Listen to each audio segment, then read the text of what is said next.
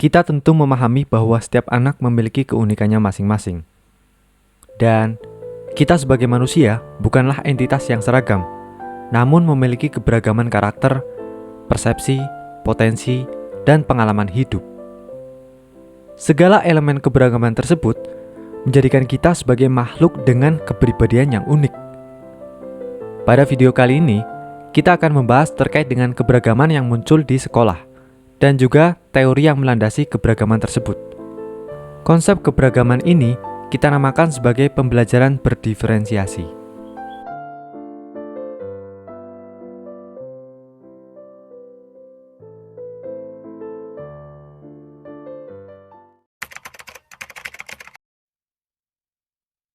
Carol Tomlinson, 2001, dalam bukunya How to Differentiate Interaction in Mixed Ability Classroom, Second Edition, menitikberatkan pada perbedaan keterampilan siswa, yang kemudian konsep ini disebut sebagai pembelajaran berdiferensiasi.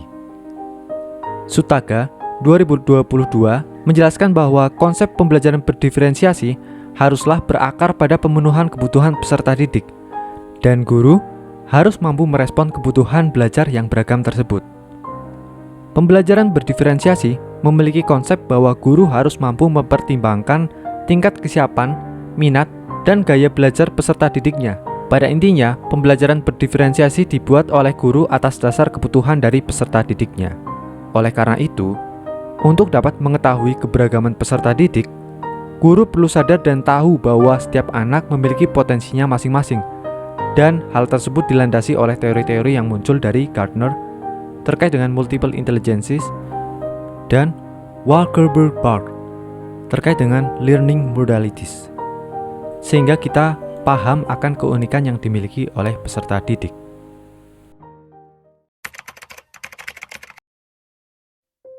Kita akan bahas yang pertama, yaitu learning modalities, yang dikenalkan oleh Walkerberg dan koleganya pada tahun 1979. Didasarkan pada 3 gaya belajar, yaitu visual, auditory, dan kinestetik, atau yang lebih dikenal dengan VAK style.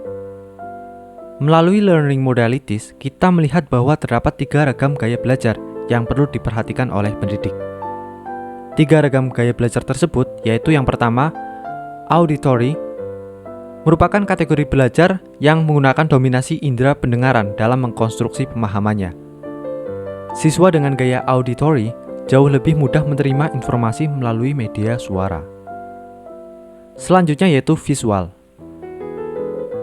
merupakan kategori belajar yang menggunakan dominasi indera penglihatan dalam mengkonstruksi pemahamannya.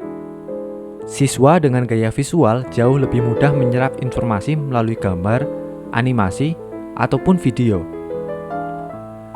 Gaya belajar yang ketiga yaitu kinestetik, merupakan kategori belajar yang menggunakan dominasi keterampilan motorik dalam mengkonstruksi pemahamannya. Siswa dengan gaya kinestetik jauh lebih mudah menyerap informasi melalui sebuah gerakan. Selanjutnya kita akan membahas tentang multiple intelligences dari Howard Gardner. Howard Gardner merupakan seorang psikolog pengembangan dan profesor dari Harvard University yang menemukan dan mengembangkan teori multiple intelligence atau kecerdasan majemuk atau ganda. Di dalam teori tersebut, Gardner menjelaskan bahwasannya manusia itu sebenarnya memiliki berbagai macam kecerdasan dengan kemampuan dan bentuk yang berbeda-beda, yang mana dia sebutkan sebagai multiple intelligences.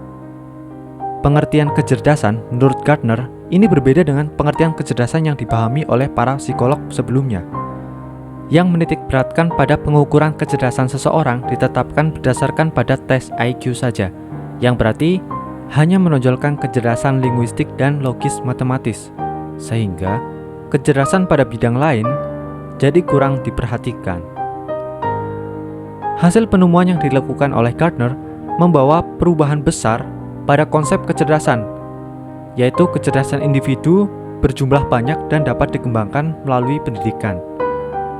Dalam bukunya Frame of Mind, Gardner menyebutkan terdapat 8 kecerdasan, yaitu kecerdasan linguistik, kecerdasan logis matematis, kecerdasan spasial, kecerdasan kinestetik, kecerdasan musik, kecerdasan interpersonal, kecerdasan intrapersonal, dan kecerdasan naturalistik.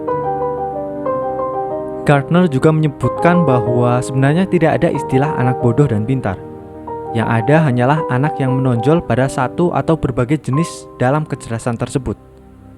Maka dari itu, dalam pelaksanaan, penilaian, dan stimulasi kecerdasan anak harus dilakukan secara teliti dan dibuat metode khusus.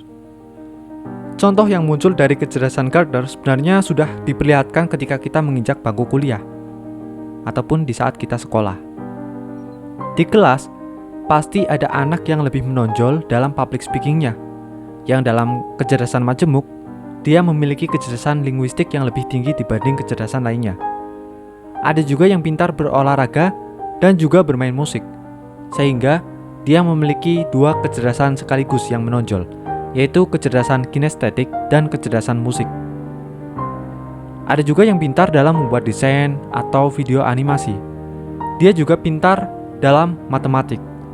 Maka dari itu, dia memiliki dua kecerdasan dominan, yaitu kecerdasan spasial dan kecerdasan logis matematis. Sebenarnya masih banyak contoh terkait dengan kecerdasan majemuk atau multiple intelligence ini, yang mana itu terlihat dan dinampakkan secara nyata di sekitar kita.